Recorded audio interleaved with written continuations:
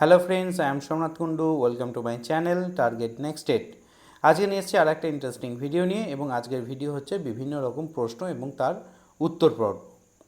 আপনারা আপনারা জানেন সকলেই যে সামনে বিশেষ শিক্ষক রিক্রুটমেন্ট হতে চলেছে, এবং এই বিশেষ শিক্ষক রিক্রুটমেন্ট নিয়ে কিন্তু বিভিন্ন ধোঁয়াশা এবং বিভিন্ন স্পেশাল এডুকেটরদের মধ্যে বিভিন্ন প্রশ্ন রয়েছে। তো সেই প্রশ্নগুলো কিন্তু আমাকে এর আগের যে ভিডিওগুলো রয়েছে তার কমেন্ট বক্সে প্রচুর প্রশ্ন এসছে। এছাড়া আমার মেসেঞ্জার, টেলিগ্রাম, আমার ইনস্টাগ্রাম বা হোয়াটসঅ্যাপ গ্রুপেও বা বাই ফোনেও কিন্তু আমাকে প্রচুর প্রশ্ন করা হয়েছে। তো সেই প্রশ্নগুলো যারা একাধিকবার, যে প্রশ্ন একাধিকবার আমাকে করা হয়েছিল, সেই প্রশ্নগুলোকে আমি আজকে একত্রিত করে আপনাদের সামনে প্রেজেন্ট করছি, যাতে আপনাদের এই সমস্ত প্রশ্নের উত্তরগুলো ক্লিয়ারলি আপনারা বুঝে যান এবং স্পেশাল টিচার রিক্রুটমেন্ট সংক্রান্ত খুঁটিনাটি যে বিষয়গুলো রয়েছে সেগুলো সম্পর্কে আপনারা অবগত হন। অতএব আপনাদের হেল্প করার জন্যই কিন্তু এই ভিডিওটি তৈরি করা। তো সকলকে রিকোয়েস্ট করব ভিডিওটি যেন না কেটে পুরোটা অবশ্যই দেখবেন, এবং বন্ধুদের সঙ্গে লাইক, শেয়ার এবং সাবস্ক্রাইব করতে কিন্তু ভুলবেন না।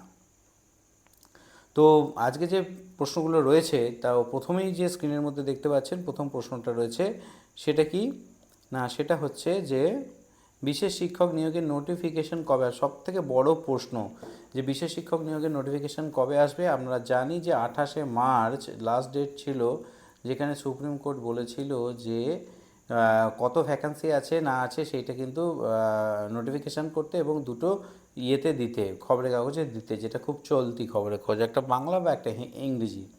তো 28 তারিখ হয়ে গেলেও আজকে 5-6 তারিখ হয়ে গেছে, কিন্তু কোনো রিক্রুটমেন্টের নোটিশ কিন্তু আমরা পাইনি এখনও পর্যন্ত। ওয়েবসাইটে আমরা দেখতে পাচ্ছি না, গভর্নমেন্টের ওয়েবসাইট বা এসএসসি প্রাইমারির ওয়েবসাইটে কিন্তু দেখতে পাচ্ছি না। এর কারণ কি? এর কারণ কিন্তু দুটো। এর কারণ হচ্ছে দুটো, কী কারণ সেটাও বলবো। যদি 1 নম্বর কারণ বলেন, 1 নম্বর কারণ হচ্ছে ওবিসি ম্যাটার। 1 নম্বর কারণ হচ্ছে ওবিসি ম্যাটার, যদিও বা এই ম্যাটারটা কতটা ম্যাটার জানি না। ওবিসি ম্যাটার এই বিষয়টা রয়েছে। আর 2 নম্বর রয়েছে যে ইন সার্ভিস, বলছে ইন সার্ভিস ম্যাটার। ঠিক আছে, যারা ইন সার্ভিস স্পেশাল এডুকেটর চাকরি করছে তারা কিন্তু বিশেষ একটা ছাড় পাওয়ার জন্য অ্যাপ্লিকেশন করেছে সুপ্রিম কোর্টে, এবং তাদের জন্য সুপ্রিম কোর্ট একটা স্ক্রিনিং কমিটি গঠন করেছে। সেই স্ক্রিনিং কমিটি তাদের যে সার্ভিস, মানে তাদের যে সার্ভিস সংক্রান্ত বিভিন্ন বিষয়গুলো খুঁটিনাটি দেখে তাদের রিক্রুটমেন্ট, যেমন নর্মালি গভর্নমেন্ট তাদের 10% রিজার্ভেশন দিয়েছে, বা তাদের 55 এজ করেছে, এবং তাদের টেট পাস করতে হবে, এবং তাহলেই তারা ডাইরেক্ট ইন্টারভিউয়ের মাধ্যমে কিন্তু রিক্রুটমেন্ট পাবে। অর্থাৎ তাদের পদ্ধতিটা একটু সহজ আছে, কিন্তু এর পরেও যে সুপ্রিম কোর্ট যে স্ক্রিনিং কমিটি গঠন করেছে তাদের কাছেও কিন্তু অনেকটাই ক্ষমতা রয়েছে। এখন দেখা যাক তাদের বিষয়টা কি হয়, এবং তারপরই সেই বিষয়টা ফাইনাল হলে কিন্তু নোটিফিকেশান দিয়ে দেবে। আমরা চলে যাব নেক্সট কোশ্চেন। নেক্সট কোশ্চেন যেটা, সেটা হচ্ছে যে প্রাইমারি এবং আপার প্রাইমারির গেজেট তৈরি, কিন্তু 11 to 12 মানে 9, 10, 11, 12-এর গেজেট কবে তৈরি হবে। তো বলে রাখি যে এই এখন বর্তমানে যে প্রাইমারি সেকশন এবং আপার প্রাইমারি সেকশন এই দুটোরই গেজেট নোটিফিকেশান হয়েছে। 9, 10 বা 11, 12-এর কোনো গেজেট নোটিফিকেশান হয়নি, বা এই মুহূর্তে 9, 10, 11, 12-এর রিক্রুটমেন্টের কোনো রকম কোনো কিছু সেইভাবে লক্ষ্য করা যাচ্ছে না।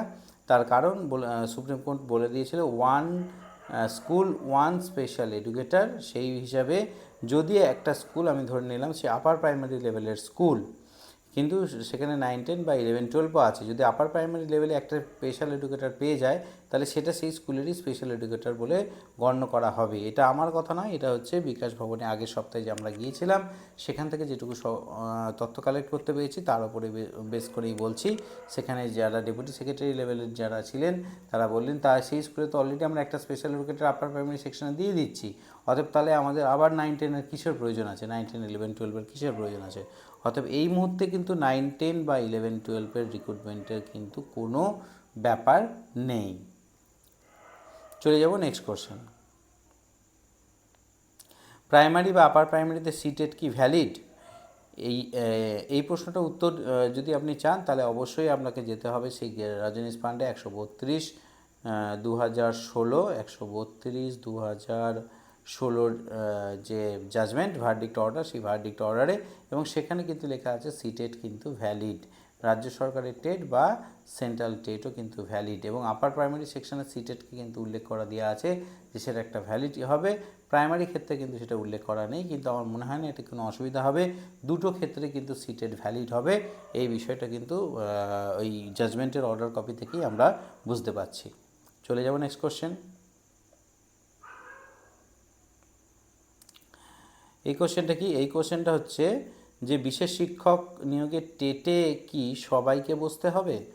যে না, বিশেষ শিক্ষক নিয়োগের ক্ষেত্রে যে স্পেশাল টেট সেরকম কোনো টেট নেই, সেটা এনসিটিই নিয়ম মেনে, গেজেট নোটিফিকেশনে দেখে নেবেন, এনসিটিই নিয়ম মেনেই যে টেট হবে। এবং যদি কেউ টেট আগে পাস করে থাকে তাহলে তাকে টেট না দিলেও হবে, এবং কেউ যদি টেটে অ্যাপিয়ার করতে চায় সে আবার টেটে অ্যাপিয়ার করতে পারে। এবং বিশেষ শিক্ষক নিয়োগের টেটে যে সবাইকে বসতেই হবে তার কোনো মানে নেই। যদি আগে সে টেট পাস করে থাকে, সে যদি এখন বসতে না চায় তাহলে সে নাও বসতে পারে, ডাইরেক্ট ইন্টারভিউয়ের জন্য ফর্ম ফিল আপ করতে পারবে। চলে যাব নেক্সট কোশ্চেন। বলছে যারা আগে টেট পাস করে আছে তারা কি ইন্টারভিউ দিতে পারবে? এই তো আগেই বললাম যে যারা আগে টেট পাস করে আছে তারা কিন্তু ইন্টারভিউয়ের যদি নাও হয় তাদের হ্যাঁ, যদি তারা টেট যদি পাস করে যারা রয়েছেন তারা কিন্তু ডাইরেক্ট ইন্টারভিউয়ের জন্য কিন্তু অ্যাপ্লিকেশন করতে পারবে এবং ইন্টারভিউ দিতে পারবে। চলে যাব নেক্সট কোশ্চেন। আপার প্রাইমারির গেজেট নোটিফিকেশান কি আদৌ বেরিয়েছে? এই প্রশ্নটা বেশ অনেকেরই প্রশ্ন ছিল, কারণ কোনো আপার প্রাইমারি গেজেট নোটিফিকেশান কোনো রকম কোনো ওয়েবসাইটে পাচ্ছেন না, কিন্তু প্রাইমারিটা যদিও বা পেয়ে গেছে, কিন্তু আপার প্রাইমারিটা কিন্তু কোনো রকম কোনো ওয়েবসাইটে খুঁজে পাওয়া যাচ্ছে না এখনও পর্যন্ত। তার জন্য অনেকের মধ্যে কিন্তু এই প্রশ্নটা রয়েছে, কিন্তু এই কথা ঠিক যে আপার প্রাইমারি গেজেট নোটিফিকেশান হয়ে গেছে। হয়তো কোনো টেকনিক্যাল ফল্ট বা যে আধিকারিকদের কোনো সমস্যার কারণে কিন্তু এইটা এখনও পর্যন্ত পোর্টালে আপলোড হয়নি, কিন্তু এই নোটিফিকেশন কিন্তু জানুয়ারি মাসে হয়ে গেছে। Next question. বিশেষ শিক্ষক নিয়োগের সিট সংখ্যা কত হতে পারে? বিশেষ শিক্ষক নিয়োগের সিট সংখ্যা আমরা জানি যে 5298টা প্রাইমারি এবং প্রাইমারি প্লাস আপার প্রাইমারি মিলিয়ে এতগুলো সিট রয়েছে। তবে যেটুকু খবর যে এখানে কিছু সংখ্যক সিট অ্যাড হতে পারে, কিছু সংখ্যক সিট অ্যাড হতে পারে মানে কিন্তু এই নয় যে 5000টা 15000 10000 12000 হয়ে যাবে, মানে কিছু 500-700 কিছু সিট কিন্তু এখানে অ্যাড হলেও হতে পারে। তা বলে এই নয় যে হবেই, কিন্তু সম্ভাবনা আছে। সেখানে এই আধিকারিকরা কিন্তু এই বিষয়গুলো আমাদেরকে জানিয়েছিল। চলে যাব নেক্সট কোশ্চেন। বিশেষ শিক্ষক নিয়োগে সাধারণদের কি বয়সের ছাড় দেওয়া হবে? এটা একটা খুব ভ্যালিড কোশ্চেন, যে এই অনেকেরই 40 যে বয়স, সেই বয়সটাকে ওভারকাম করে অনেক বেশি হয়ে গিয়েছে, কারণ দীর্ঘদিন যেহেতু স্পেশাল এডুকেটর রিক্রুট হয়নি তাদের বয়স বেরিয়ে গিয়েছে। তো বর্তমানে তারা প্রায় 12 বছর 14 বছর ধরে বসে আছে, কিন্তু রিক্রুটমেন্ট হয়নি। তার জন্য এই মহুয়া গাঙ্গুলি ম্যাডাম, আমি নামটা উল্লেখই করছি, যে মহুয়া গাঙ্গুলি ম্যাডাম, তার সাথে আপনারা যোগাযোগ করতে পারেন। মহুয়া গাঙ্গুলি ম্যাডাম বিশেষ একটা ব্যবস্থা করার চেষ্টা করছে, যাদের এই ইন সার্ভিসদের মতো যারা ফ্রেশার্স ক্যান্ডিডেট তাদেরও বয়সের একটা ছাড় পাওয়া যায়, বা তারা ছাড় নিয়ে পরীক্ষায় বসতে পারে। তার জন্য অবশ্যই সুপ্রিম কোর্টে অ্যাপিল করার কথা ভাবছেন। অবশ্যই যাদের এই সমস্যা আছে তারা অবশ্যই মহুয়া গাঙ্গুলি ম্যাডামের সঙ্গে যোগাযোগ করবেন, ঠিক আছে? আপনারা হয়তো অনেকেই যারা স্পেশাল টিচারের সঙ্গে যুক্ত, এডুকেশনের সঙ্গে যুক্ত, তারা মহুয়া গাঙ্গুলির নাম শুনেছেন বা তার ফোন নাম্বার হয়তো আপনাদের কাছে আছে, অবশ্যই যোগাযোগ করবেন। অবশ্যই এই বিষয়ে, এই সংক্রান্ত যে বিষয়গুলো রয়েছে, কালকে কিন্তু একটা গুরুত্বপূর্ণ সিদ্ধান্ত মেবি হতে চলেছে। যদি আমি খবর পাই অবশ্যই সেই বিষয়গুলো জানাবো আপনাদেরকে, যে এই যে বয়সের ছাড় এই বিষয়টা, ঠিক আছে? অতএব যাদের এজ পেরিয়ে গেছে তারা এখনই হতাশ হবেন না। আপনাদের জন্য হয়তো অনেকেই এই বিষয়গুলো নিয়ে একটা অ্যাপিল করতে চলেছে সুপ্রিম কোর্টে, যে ওয়ান টাইম কিছু একটা ছাড় দেওয়া হোক, ঠিক আছে? যেহেতু দীর্ঘদিন পরীক্ষা হয়নি, অতএব আশা করা যায় এটা পজিটিভই আসবে, কারণ বিভিন্ন স্টেটকেও কিন্তু দেখা যাচ্ছে 10 বছর প্লাস কিছু ছাড় বয়সের দিচ্ছে, যাতে তারা পরীক্ষায় বসতে পারে। অতএব ওয়েস্ট বেঙ্গলে এর ব্যতিক্রম হবে না। আমার মনে হয় এখানে ওয়েস্ট বেঙ্গল গভর্নমেন্টও সেই ছাড়টা দেবে, এবং যাদের বয়স পেরিয়ে গেছে তারা একটা অন্তত সুযোগ পাবে।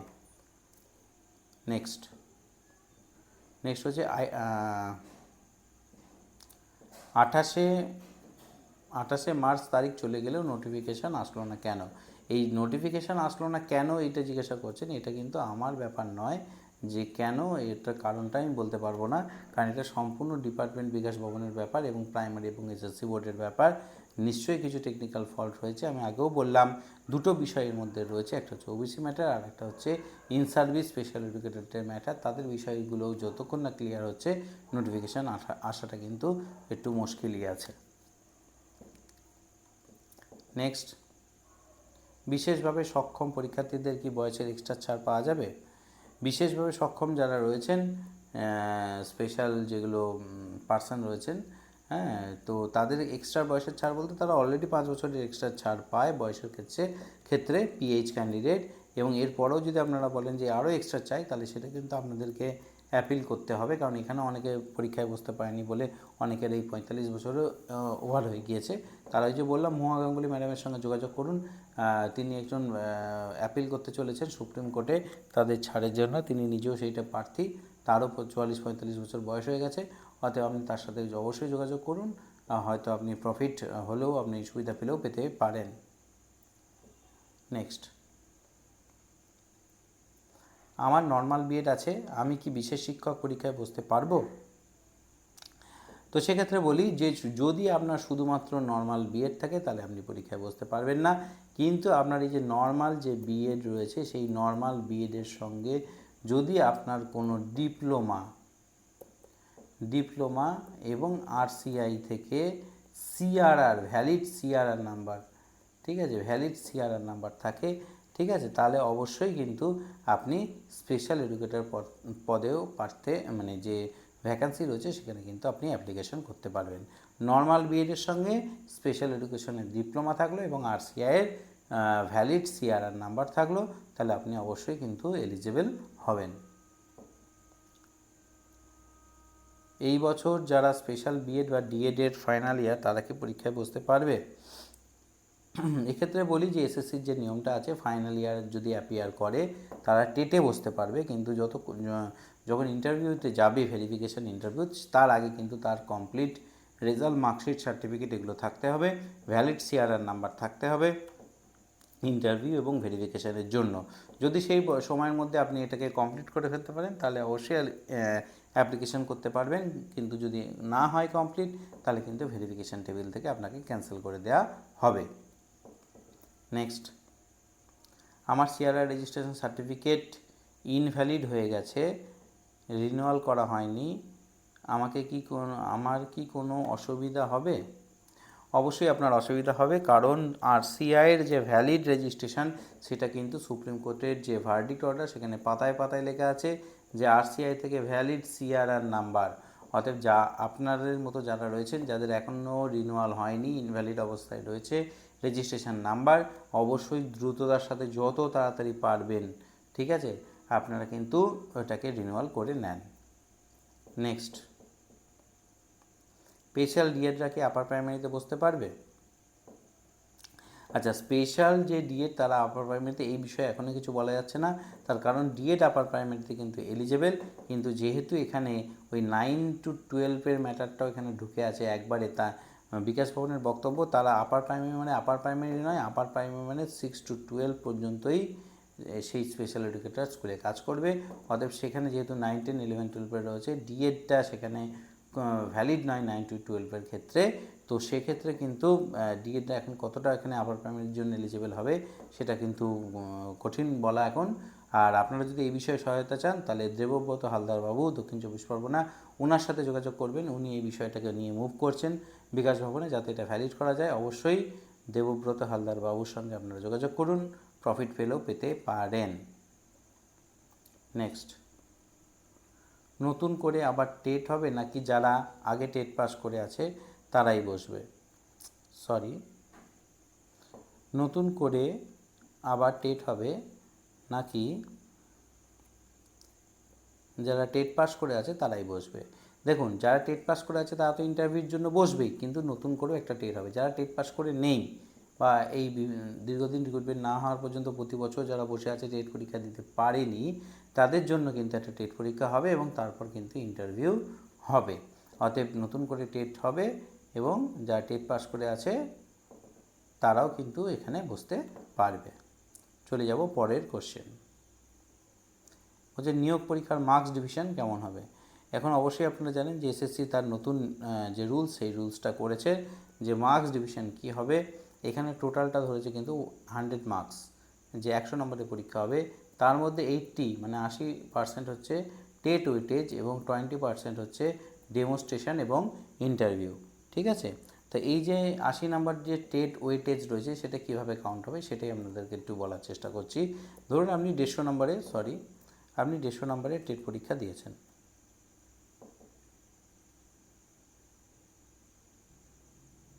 হ্যাঁ, ধরুন আপনি, একটু অসুবিধা হলো, ধরুন আপনি 150 নম্বরের টেট পরীক্ষা দিয়েছেন। ঠিক আছে, তো 150 নম্বরে আপনি পেয়েছেন কত, 60%। তাহলে এটাকে 8 দিয়ে গুণ করুন, 6টা 48। যদি ধরুন 90% পেয়েছেন, তাহলে একে 8 দিয়ে গুণ করুন, 8 9 72। যদি আপনি 100-এ 100% পান, তাহলে 8 10-এ 80। এইভাবে কিন্তু কাউন্ট হবে এই 80%, মানে 80 নাম্বার। আর বাকি 20 নাম্বার 10 নম্বর ডেমনস্ট্রেশন দেবেন, আর 10 নম্বর হবে ইন্টারভিউ। এই টোটাল মিলিয়ে হচ্ছে 80 আর 20 100। এটাই হচ্ছে মার্কস ডিভিশন কীরকম হবে। আর এখানে কিন্তু কোনো রকম কোনো অ্যাকাডেমিক স্কোর এবার থেকে কিন্তু আর কোনো পরীক্ষাতেই থাকবে না। এসএসসি বা প্রাইমারি কোনো পরীক্ষাতেই কিন্তু কোনো অ্যাকাডেমিক স্কোর থাকছে না। চলে যাব নেক্সট কোশ্চেন। অ্যাকাডেমিক স্কোর না, অ্যাকাডেমিক নাম্বার থাকবে কি না। তো এটা প্রথমে আমি এখনই অলরেডি বলে দিয়েছি যে কোথাও কোনো অ্যাকাডেমিক নাম্বার কিন্তু এখানে থাকছে না। Next question. আমি স্পেশাল এডুকেটর পদে কর্মরত এবং আপার প্রাইমারি টেট পাস, আমি কি সরাসরি ইন্টারভিউ যেতে পারবো? হ্যাঁ, অবশ্যই যেতে পারবেন। আপনি যদি টেট পাস হন, আপনি অবশ্যই ডাইরেক্ট ইন্টারভিউর মধ্যে যেতে পারবেন। সে আপনি ফ্রেশার্স হন এবং কর্মরত হন, এবং যদি কর্মরত না হন, বর্তমানে এখনও পর্যন্ত যা সিচুয়েশান, তাহলে 10% রিজার্ভেশন, বয়সের 55 ছাড়, এর সঙ্গে স্ক্রিনিং কমিটি আপনাদেরকে যে এক্সট্রা বিষয়গুলো দেবে ছাড়, সেটা কিন্তু যোগ হবে। সেটা কিন্তু আপার প্রাইমারি গেজেটে উল্লেখিত নেই, কারণ 7 তারিখে যে জাজমেন্ট হয়েছে তার রিফ্লেকশন কিন্তু এখানে দেখা যাচ্ছে না। এবং ওই স্ক্রিনিং কমিটি যেটা গঠন হবে, ওটা গঠন হওয়ার পরে কিন্তু এর আর কি কি রিল্যাক্সেশন ইন সার্ভিসরা পেতে পারে সেটা হয়তো ক্লিয়ার হবে। Next question. আমি ওয়েস্ট বেঙ্গলে টেট পাস এবং বিপিএড করা, আমি কি স্পেশাল এডুকেটর পদে ইন্টারভিউ দিতে পারবো? যে না, বিপিএড করা থাকলে কিন্তু স্পেশাল এডুকেটর পদের জন্য আপনি অ্যাপ্লিকেবল হবেন না। যদি টেট পাস করেছেন, শুধুমাত্র বিপিএড আছে, এখানে আরসিআইয়ের রেজিস্ট্রেশন, ভ্যালিড রেজিস্ট্রেশন থাকতে হবে, নাহলে কিন্তু আপনি এলিজিবল হবেন না। ঠিক আছে, next question. RCI registration renewal করা কি বাধ্যতামূলক? অবশ্যই আরসিআই রেজিস্ট্রেশন করা বাধ্যতামূলক। আমি আগেও বললাম যে সুপ্রিম কোর্টের যে রায়, সেখানে ছত্রে ছত্রে বলা আছে যে আরসিআইয়ের ভ্যালিড রেজিস্ট্রেশন নাম্বার, ঠিক আছে, ভ্যালিড সিআরআর নাম্বার কিন্তু আপনাকে থাকতেই হবে, নাহলে কিন্তু হবে না। এবং সেখানে রিনিউয়াল করা অবশ্যই দরকার। তাহলে অবশ্যই যারা করেননি, চটপট রিনিউয়াল কিন্তু করে নেন। নেক্সট, আমার সিআরআর করা হয়নি, আমি কিভাবে সিআরআর করব? দেখুন, আপনি সিআরআর কীভাবে করবেন, পশ্চিমবঙ্গের যে কটা ইনস্টিটিউট আছে যেখানে সিআরআর হয়, বা পশ্চিমবঙ্গের বাইরে থেকেও করতে পারেন, আপনি নিজে গিয়ে সেই সমস্ত ইনস্টিটিউটের নাম আর ওয়েবসাইটে যে সিআরআর ক্যালেন্ডার বলে অপশান আছে, সেই অপশানে যান, কোথায় থেকে কোথায় সিআরআর হচ্ছে ডেট দেওয়া আছে, আপনারা সেইখানে ডেটে গিয়ে ওইখানে যোগাযোগ করুন, নিজেদেরকে রেজিস্ট্রেশন করান, সরাসরি এলে পৌঁছে যান, তাহলে কিন্তু সিআরআর করতে পারবেন। আর কিছু কিছু অনলাইন হচ্ছে, কিন্তু সেটার সংখ্যাটা খুব কম, অতএব সেখান থেকেও আপনারা করতে পারেন, অনলাইনেও এবং অফলাইনেও, দিয়ে আপনার রিনিউয়ালটা কিন্তু কমপ্লিট করতে পারেন। চলে যাবো নেক্সট কোশ্চেন। স্পেশাল এডুকেটর রিক্রুটমেন্টের টেটের সিলেবাস কী হবে? এই টেটের সিলেবাস কী হবে গেজেট নোটিফিকেশান আসলেই বোঝা যাবে, কিন্তু বর্তমানে যেটা বুঝতে পারছি যে এনসিটিইর গাইডলাইন মেনে কিন্তু টেট হবে। অতএব আপনারা আগের যে টেট পরীক্ষা যারা দিয়েছেন, যে যে জিনিসগুলো সিলেবাসের অন্তর্ভুক্ত ছিল, সেইগুলোই কিন্তু এবারও অন্তর্ভুক্ত হচ্ছে। এনসিটির গাইডলাইন মেনেই কিন্তু হবে। আরসিআই যেহেতু নির্দিষ্ট কোনো গাইডলাইন নেই, অতএব এনসিটির গাইডলাইন মেনেই কিন্তু টেট হবে। আপনারা টেটের যে 5টা ভাগ থাকে, সেই ভাগগুলোকে আলাদা আলাদা, ইংরেজি বাংলা, প্রাইমারি ক্ষেত্রে বলছি, ইংরেজি বাংলা, ইভিএস, পেডাগোগি, ঠিক আছে, এই যে জিনিসগুলো থাকে, ম্যাথ, তো এই জিনিসগুলো অবশ্যই বাড়িতে প্র্যাকটিস শুরু করে দেন, কারণ এগুলোও থাকবে। তার সাথে হয়তো পেডাগোগিক্যাল পার্টে আপনার স্পেশাল এডুকেশন থাকবে, এবং এছাড়াও same to same upper primary ক্ষেত্রেও কিন্তু একই ব্যাপার চলবে। অতএব এনসিটির গাইডলাইন মেনেই কিন্তু টেট হবে। তো আশা করি এই যে প্রশ্নগুলো আপনারা এতদিন ধরে আমাকে করেছিলেন, টাইমের অভাবে আমি সেই উত্তরগুলো দিতে পারছিলাম না, আজকে ভিডিওর মাধ্যমে সেই উত্তরগুলো আপনাদেরকে দেওয়ার চেষ্টা করলাম। আশা করি এই বিষয়গুলো বা প্রশ্নের উত্তরগুলো পেয়ে হয়তো আপনাদের একটু হলেও উপকার হবে। ওর জন্য সকলকে আমি রিকোয়েস্ট করবো, যারা এখনও পর্যন্ত আমার চ্যানেলটিকে লাইক শেয়ার এবং সাবস্ক্রাইব করেননি, অবশ্যই লাইক শেয়ার এবং সাবস্ক্রাইব করে দেন, আমাকে সাপোর্ট করুন। এবং যদি আপনাদের আরও কিছু প্রশ্ন থাকে সেই প্রশ্নগুলো অবশ্যই কমেন্ট বক্সের মধ্যে দিয়ে দেন, আমি সেই প্রশ্নের উত্তরগুলো অবশ্যই দেওয়ার চেষ্টা করব পরের ভিডিওতে। সকলকে অসংখ্য ধন্যবাদ, নমস্কার। আর লাস্টে আরেকবার বলছি, সাবস্ক্রাইব লাইক শেয়ার করতে কিন্তু অবশ্যই ভুলবেন না। সকলকে অসংখ্য ধন্যবাদ, নমস্কার।